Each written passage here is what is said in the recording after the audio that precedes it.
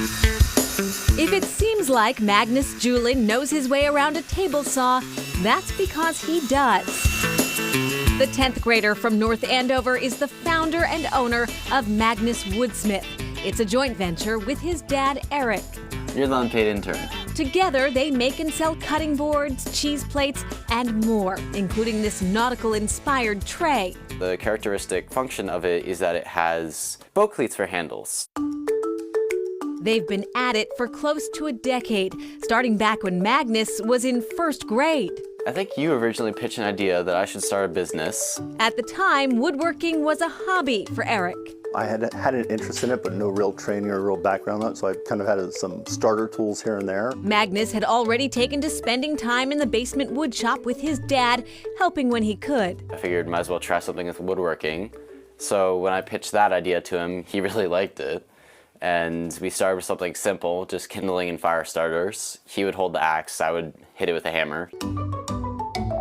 The kindling and fire starters sold, giving the pair a spark. We started working on cutting boards. It's something simple that you can do with minimal tools. Gradually we began making them more and more because if we took them to craft fairs, people definitely liked them and thought it was interesting that we were making them, especially at that age. Those craft fairs are where the third member of Magnus Woodsmith came in, Deborah, Eric's wife, and Magnus's mom. She really kind of encouraged us to be able to do this and to spend the time together. She did a lot of the marketing stuff first, so she was finding the craft fairs and she was talking to people, and she'd be the ones kind of creating ideas or giving feedback. She always supported us all the way, showing us how to talk to people. It's definitely something I learned a lot from her. Sadly, in 2020, tragedy struck the Julin family when Deborah died from colorectal cancer. Now Magnus and Eric are working to support other families going through their own cancer diagnosis. When she passed, we were saying, what can we do about this? She always donated to charity herself, support things like that. That's probably why we're still getting a lot of letters from those charities even now. We were really fortunate in terms of the support that we had. It would be good if we can give some of that back. And so from the business, we're doing 15% of revenues. So it comes right off the top. Sending it to different charities like the American Cancer Society or Dana-Farber and the Jimmy Fund to help with both basic research and family support.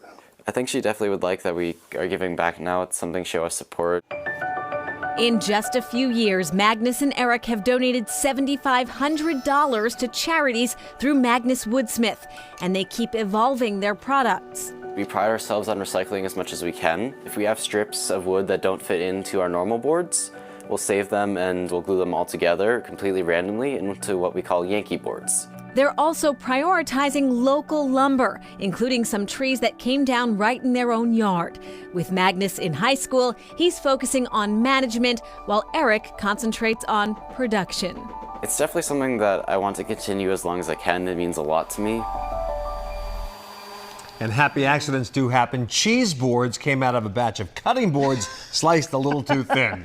And you can find a lot of their goods mostly in Andover and North Andover in stores, and they hope to hit farmers markets soon. That is Chronicle for tonight. I'm Shayna Seymour. Thanks for joining us. And I'm Anthony Everett. Have a great evening. See you back here again tomorrow night.